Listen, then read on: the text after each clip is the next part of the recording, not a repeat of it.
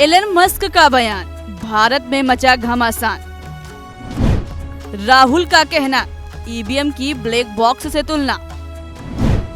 विपक्ष के सवाल, चुनाव आयोग का जवाब। फिर ईवीएम पर बवाल, क्यों है उबाल। अधूरी हसरतों का इल्जाम हर बार हम पर लगाना ठीक नहीं।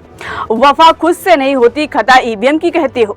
ये लाइन है मुख्य चुनाव आयुक्त राजीव कुमार की, जिन्होंने चुनाव से पहले ईवीएम पर लग रहे आरोपों पर प्रेस कॉन्फ्रेंस में कही थी। लेकिन इसके बावजूद भी चुनाव नतीजे आने के बाद एक बार फिर ईवीएम पर सवाल उठने लगे हैं। लेकिन इस बार विवाद को बल एलन मस्क ने दिया है। फिर क्या, विपक्षी पार्टियां हमेशा ईवीएम पर सवाल उठाती चली आ रही है। उसको एक बार फिर मौका मिल गया और एक बार फिर ईवीएम सवालों के घेरे में आ गई। पूरा मामला क्या है और एलन मस्क ने अपने पोस्ट में ऐसा क्या लिखा कि इस पर सियासत शुरू हो गई, देखिए इस रिपोर्ट में। 2 दिन पहले एलन मस्क ने एक्स पर एक पोस्ट किया, जिसमें उन्होंने लिखा, हम लोगों को इलेक्ट्रॉनिक वोटिंग मशीन यानी ईवीएम को हटा देना चाहिए, क्योंकि ईवीएम को मानव के अलावा आर्टिफिशियल इंटेलिजेंस यानी एआई के माध्यम से हैक किए जाने का जोखिम है।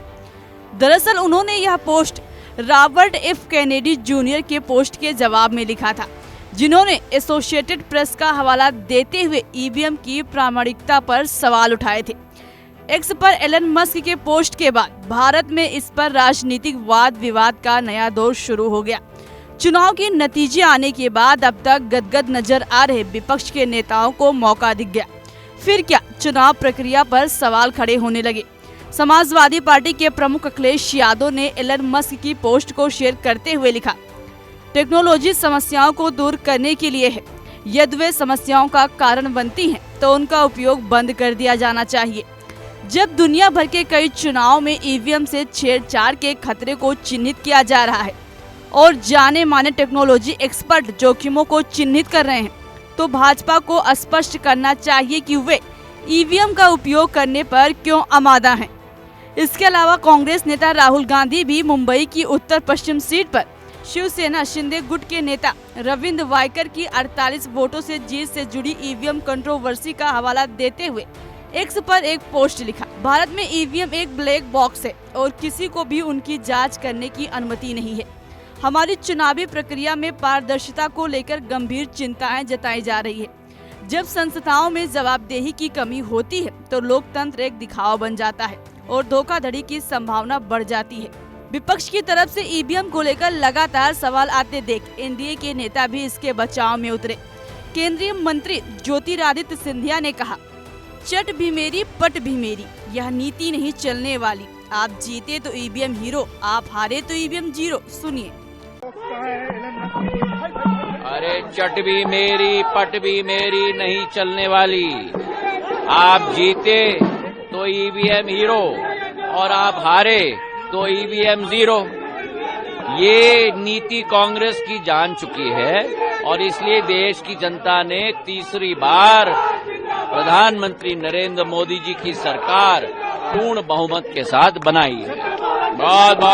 बात तो सही है। अक्सर हम देखते हैं जहां विपक्ष की जीत होती है, वहां बेजुबान टेक्नोलॉजी पर सवाल नहीं उठते। लेकिन यदि किसी राज्य में या सीट से विपक्ष की हार होती है, तो वहां ईवीएम सवालों के घेरे में आ जाती है। कई बार चुनाव आयोग की तरफ से इन आरोपों का खंडन किया गया है। अब एक बार फिर चुनाव आयोग की तरफ से निर्वाचन अधिकारी वंदना सूर्यवंशी ने राहुल गांधी के पोस्ट के जवाब में कहा, ईवीएम के लिए किसी तरह की ओटीपी की जरूरत नहीं है। जो खबर है वो गलत है। इसमें सिर्फ रिजल्ट बटन प्रेस करके काम होता है। इलेक्शन कमीशन ने अपनी प्रक्रिया फॉलो की है। संबंधित अखबार को डिफेमेशन का नोटिस दिया है।